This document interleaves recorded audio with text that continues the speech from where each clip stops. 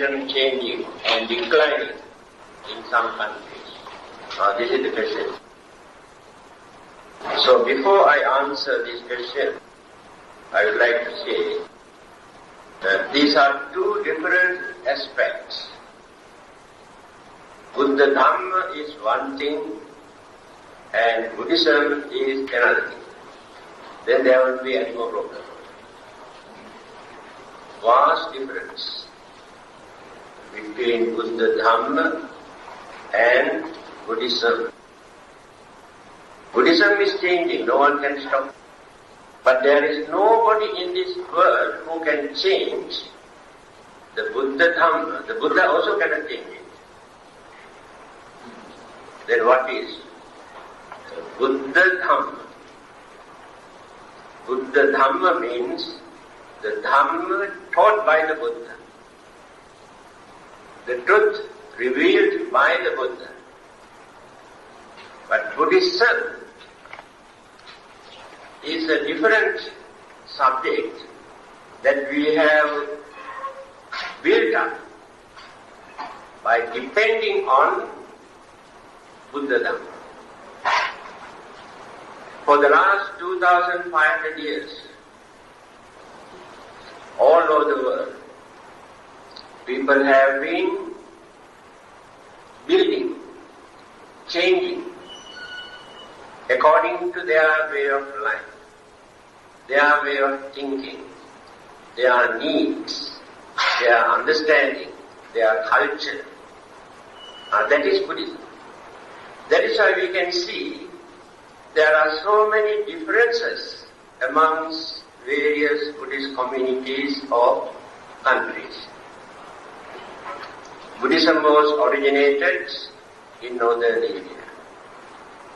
In that Buddhism, you can see Indian tradition, Indian culture, Indian way of life. That is Buddhism. But Buddha Dhamma is not based on Indian tradition, Indian way of life.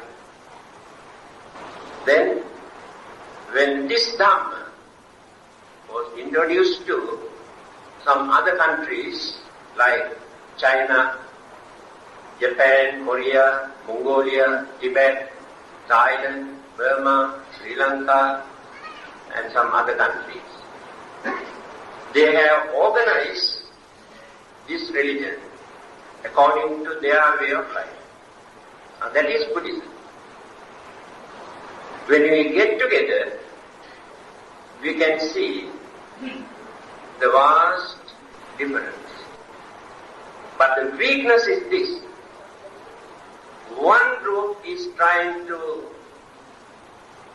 point out that their method, their system, their way of practicing this religion is right. Others are wrong. That is the wrong attitude. Mostly, Theravada Buddhist countries like Thailand, Burma and Sri Lanka belong to one particular school. Of course, supposed to be historically, there is no controversy whatsoever. Historically, it is the oldest. And all the other schools which appear from time to time are spread all over the world. They have organized according to their way of life and understanding, and what sort of information and what sort of Buddhist texts that they have collected and how they have translated into their own language. Then the differences started from there. Not only that, there are many things in the Buddha Dhamma which people could not understand, appreciate. So what they have done? They have modified and elaborated, decorated and introduced in such a way for people to develop their faith and confidence and devotion. That is how changes have taken place. That today, they are trying to show or tell others that their method is correct. Others are wrong. I told you that attitude is wrong. But when we come to the Dhamma, there won't be any difference. Because there is nobody in this world who can change the Dhamma. If we change, that means we distort, we pollute the purity of the Dhamma or the truth revealed by the Buddha. We interpret according to our limited knowledge. We explain by using very shallow, very narrow ideas, if you are going to change. Of course, there are many things which we cannot understand. It will take time. A truth revealed by an enlightened person who had no selfishness, craving, anger, jealousy, or even human emotion in his mind. So, because of the purity and wisdom in his mind, he has seen the truth. And why we cannot see the truth? Because our minds are deluded, misled, clouded with all sorts of selfish ideas. Our worldly needs, our own satisfaction, our sensual pleasure, our grace,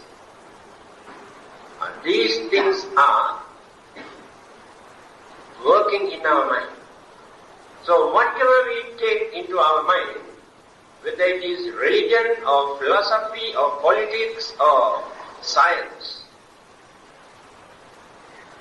so mental impurities which prevail in our mind,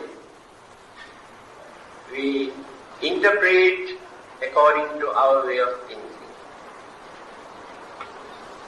Let us take few examples. We talk about Nibbana or Nirvana. Whatever we preach, according to the original text or the teachings of the Buddha, you create your own Nirvana according to your way of thinking. It is impossible for you to appreciate and understand the clear picture of Nirvana because your minds are deluded. You may think, oh, it is very dull, very boring, nothingness, no fun, no pleasure, no happiness. This is your way of thinking. So all your thinkings are bound to worldly material things. Pleasure. If there is no pleasure, you are not interested. That means we are worldly minded people. So what we are trying to do, by applying, by cultivating our mind, we try to reduce the worldly bondages, all our problems, miseries, worries, misunderstanding, jealousy, enmity, grudge, cruelty, we maintain because of this worldly mind. We blame each other, accuse each other because of this. So, we have to make use of religion to reduce these evil forces or weaknesses or disturbances from the mind. But it seems every religion, not only Buddhism, whatever religion people preach, practice, organize, we can see a lot of human weaknesses, through religion, we try to develop our selfishness, our jealousy and discrimination. To many people, religion has become real nuisance. They say religion is irrational. Introduce more dogmas and superstitions, blindfold mankind. Another group says, because of religion, we discriminate each other, hate each other, divide into various groups. All are human beings.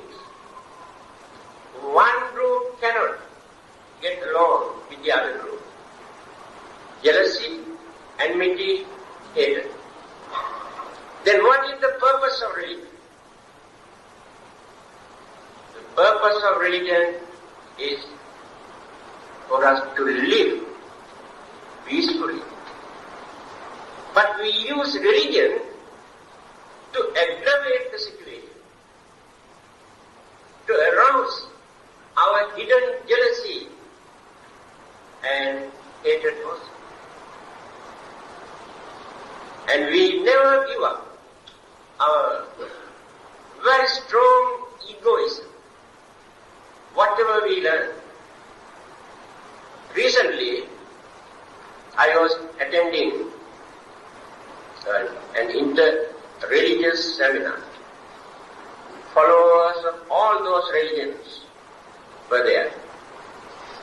Then one speaker mentioned, all those prophets who appeared in this world just cut the grass, but they have not removed the roots of the grass or the lala. Only their prophet has done that. He has uprooted. He has removed the roots of the land. He mentioned this in front of various other religions. Here you can understand how people try to glorify or maintain some sort of superiority feeling, to point out that their religion is the best and only religion, but all the others are not that advanced. So according to him, all the other prophets who appeared in this world are grass cutters. This is the human nature. Then how can we cultivate our unity and harmony, understanding through religion? This is the danger of this ism, whether it is Buddhism or any other ism. The Buddha did not introduce any ism. He introduced only Dhamma or Dharma. What is Dhamma? When we explain, you can understand. What is Dhamma and what is Buddhism? And all those missionaries and others who criticized and condemned, ridiculed Buddhism by talking about certain activities organized by so-called Buddhists. The Buddha has never introduced any of these practices. And they also cannot understand what the Buddha taught. They never talk anything about the Buddha Dhamma, the Dhamma taught by the Buddha. Then what do they talk about? They talk about idol worship. They talk about burning papers and justice. They talk how people waste so much of money in the name of their religion, burning this, burning that, performing all sorts of rites and rituals and this and that. But can they analyze and explain and point out any weakness or the loopholes or the mistake in Buddha Dhamma. They cannot do that. They cannot understand. We also condemn and criticize. Many things organized by ordinary people for their own satisfaction in the name of religion. Some others remain as free thinkers. They get fed up with religion because they have learned only ism or religion organized by the people. But can they single out one particular issue or the subject discussed by the Buddha? Let us start from the beginning. 5 precepts or 5 religious principles introduced by the Buddha for us to observe. Can they say there's something wrong?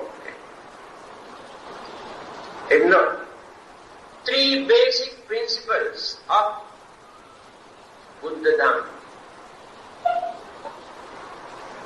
Within 3 lines, Buddha has summarized 45 years teaching. What did he say? Sabba papassa akarana.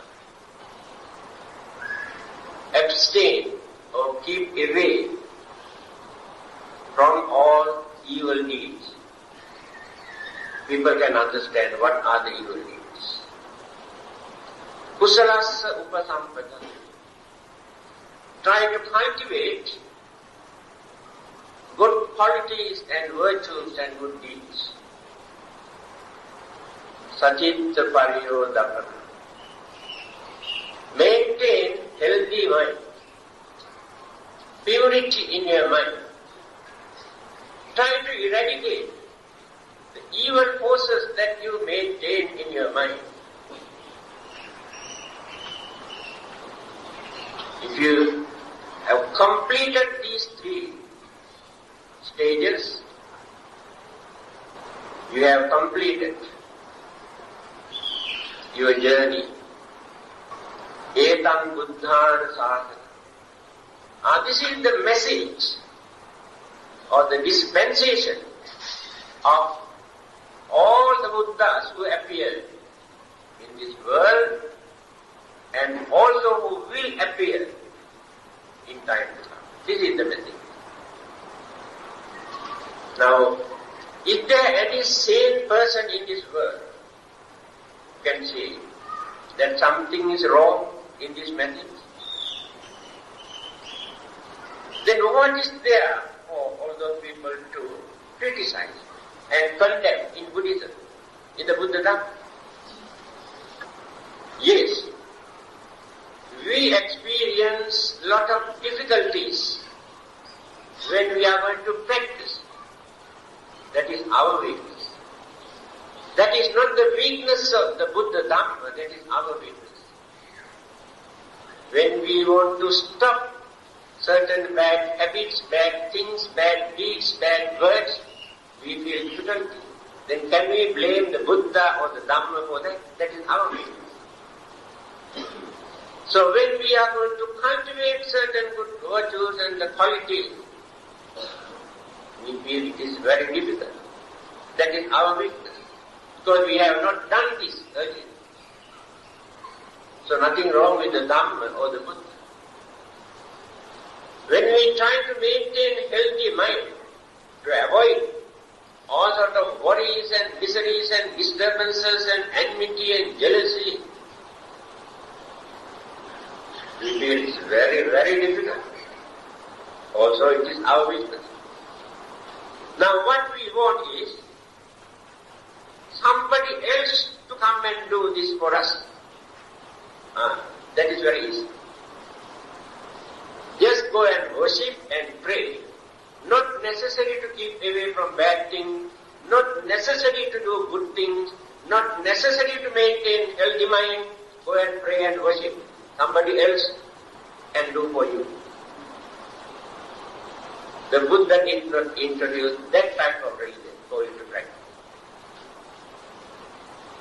That is why people always say it is very hard, very difficult to practice. Our way of life, our way of thinking, and our greed, our crazy attitude for pleasure, and by developing selfishness and cunningness,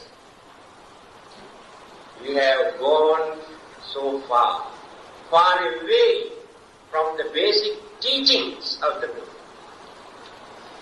Now when we are going to practice, we feel very different. That is the problem. So, here the question is, we always say the Buddha Dhamma is unchangeable. What is the word used by the Buddha? Akaliko. You recite this. Akaliko, Ehipasiko, Opanaiko, Pachattam, Veditabbo, Vinyori, Dhamma. So Dhamma is akalika. That means there is no time limit for this Dhamma. That means we can experience the good result at any time if we really practice. There is no time. Before his passing away, the Buddha said, if my disciples or followers really practice the teaching that I have given to them, Yāvīvanta Subhadde, Bhikkhu Samma Vihariyo, Asunyo Loko, Arahante Assa. This is the word, sentence, the statement made by the Buddha. This statement you can see in Mahaparinibbana, the last sermon.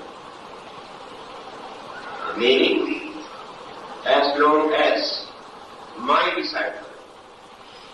disciple means those who follow my teaching, practice the advice given by me. You can find Arahantas and holy saints in this world. Always, there is no time limit for them. Today people are going in searching all over the world whether there are Arahantas in certain countries. Some people go to India, some others go to Burma and Thailand and China to find out whether there are saints through Arahantas. And they are very hard to find out.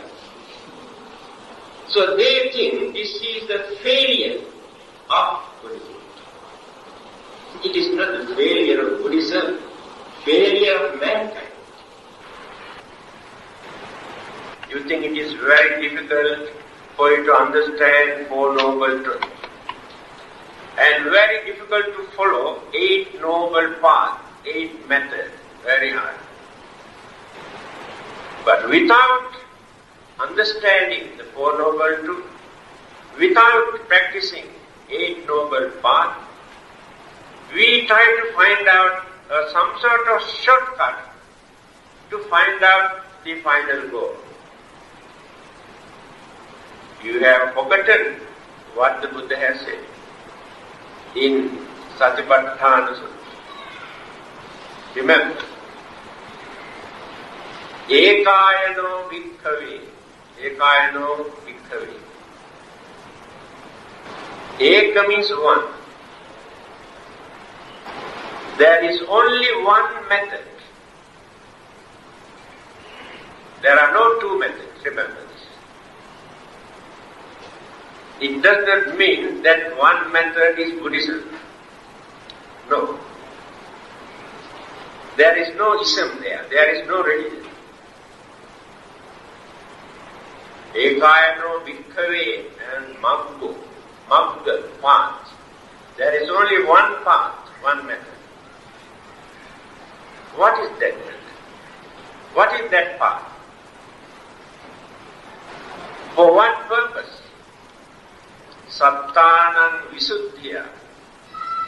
For the purifications of the human mind.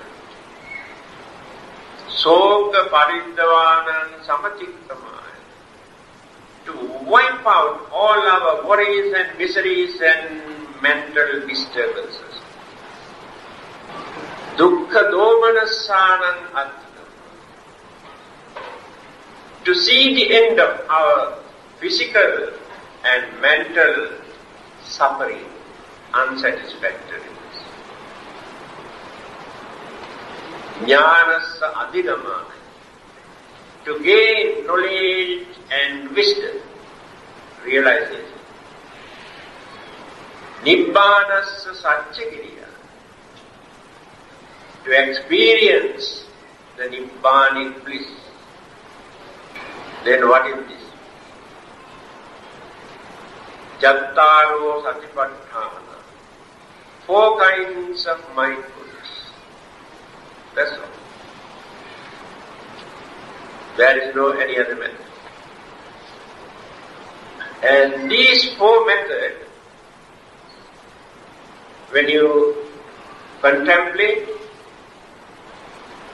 we can understand there is nothing for us to bring from outside, either from heaven or from any other part of the world, but all are here within us. That is why he says,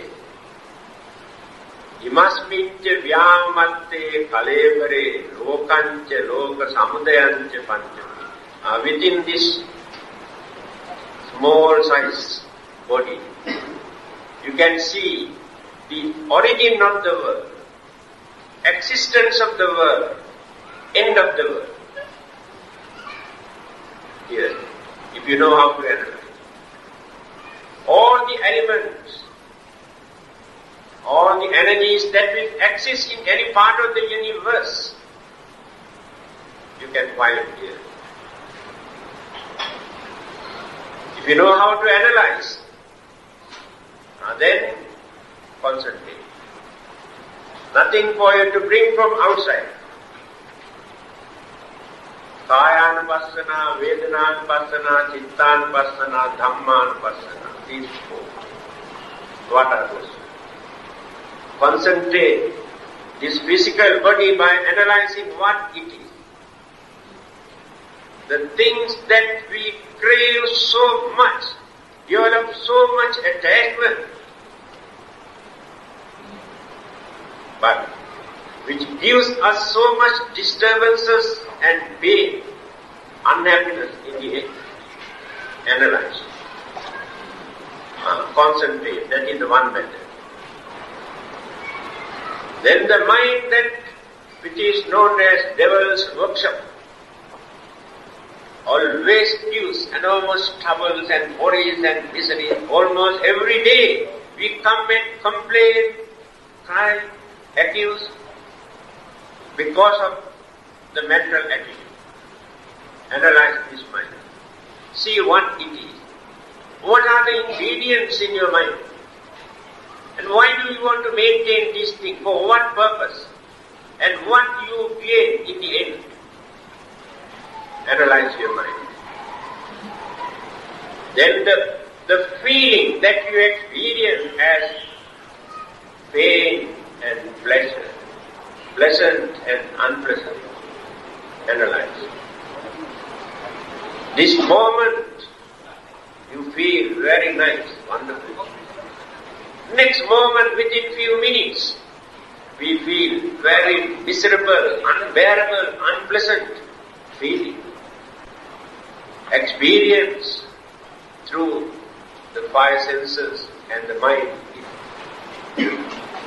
Again, certain phenomena which exist in this world, Dhammata,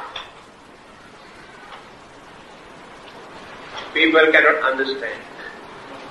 There is nobody in this world who can control this Dhammata. What is this Dhamma?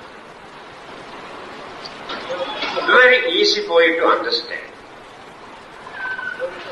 Things come into existence, appear, whether life or plant life or anything else, or matters or elements.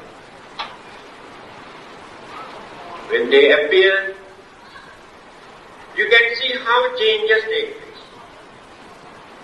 Whether you like or not, changes take place. Growing and growing and growing and growing, this changing. After growing up to certain period, then stand still. Then turn this way. Then going down and down and down and down and down, changing. Is there anybody in this world or any other part of the world who can stop this? This is called Dhammata. That is what the Buddha revealed to us. That is why I told you there is nobody for us to change in the Dhamma. Our duty is to understand and adapt our way of life and maintain some sort of contentment to avoid worries and temptation, disappointments. We are disappointed. When we see our beauty, our complexion, our property, our name, our income, all these things are going down and down and down, we feel very sorry. But we never realize the vicissitude, atta loka dhamma, the nature of worldly condition, you cannot stop according to your wish. The Buddha cannot change this, the God cannot change this, then who is going to change? That is Dhammata. Then, different kind of mental attitude which appeared in our mind, that we have cultivated, accumulated life after life. This mental attitude or our character, our temperament, our moods, our attitudes never appears suddenly. There's a link which is called mental tendencies, mental habits. All these habits we continue life after life. We are using so many habits that we have developed during our last birth, not only one birth, so many. Again we continue so many things that we use as our habit in the next life. This is the nature of mental attitude. That is the very reason why it is difficult to change the mind, although we can understand. Supposing we are used to certain bad habits. We know they are very bad, very immoral, wicked, create a lot of problems, but very difficult to change. This is our habit. On the other hand, there are some people, very few, who are very honest, kind-hearted, religious-minded. Under any circumstances, they never change their mind. Even at the risk of their life, also they never change their principles. There are very few. And this is the way how the Buddha developed all the paramitas, 10 perfections and certain other qualities during his previous birth. Even at the risk of his life, he never surrendered his principle, even to protect his life or his own pleasure. To him, principles are more important. Otherwise, he never become a Buddha. So this is the way how we have to analyze. And now you can understand what the Buddha said. This is the only method for you to contemplate, concentrate, then a realization appear in your mind. Then you are in the correct path. So without following, without practicing this noble method, according to the Buddha, whatever method we adopt to get rid of our unsatisfactoriness in our life, we never gain it. People think it is very easy for them to gain this simply by worshipping and praying. The Buddha has given a few parabolas for us to understand. When a man wants to cross a river, if any boat is not available, a man who strongly believes prayers, kneel down and pray all day, asking the other man to come and take him to the other side. He says, never work. You can pray but never work. But if you are wise, if the boat is not available, you can collect few pieces of wood and make a raft. And by using your effort, you can cross the river. That is the method introduced by the Buddha as 8 noble paths to cross this samsara, the oceans of suffering, without depending on others. Again, he says, when you pray, by creating your paradise in your mind, to climb the paradise, just like erecting a ladder to climb the heaven. Forever you can go on erecting this ladder, but you never reach the heaven. This is the Dhamma, but not Buddhism. In our Buddhism, introduced by us from time to time in different countries, people have introduced wonderful Buddhism. Still they are building the ladder to heaven in many countries. I told you there is no shortcut. So these questions now. The Dhamma is eternal, unchangeable. I told you it is akalika, there is no time limit, no old-fashioned Dhamma or no new Dhamma.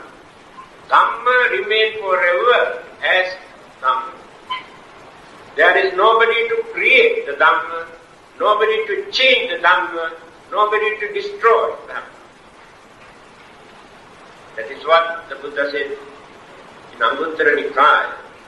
He said, whether the Buddha has appeared or not, the Dhamma remains forever. That means Dhamma is not created by the Buddha.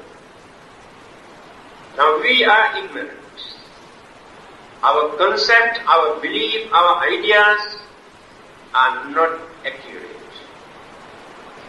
When people hold such views, then from time to time the Buddhas appear. Then they show the correct path. This is the duty of the Buddha. But they cannot create the Dhamma. So, Esa Dhammo Sanantano. In Dhammapada, you can see these sayings of the Buddha. This Dhamma, Appodena Dine Kodan, Asadun Sadhuna Dine, Dine Katariyan Danena, Sarchena Alikavadina. This is Dhamma.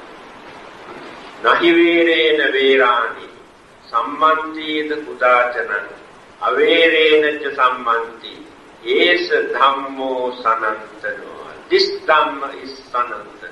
Sanantana means eternal. This Dhamma is eternal.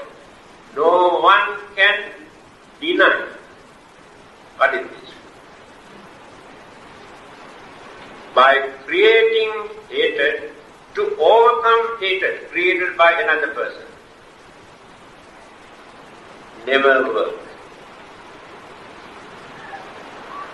Then, how to overcome? By creating kindness, compassion, love and understanding, you will be able to overcome hatred, anger, jealousy, grudge and many other forces created by others.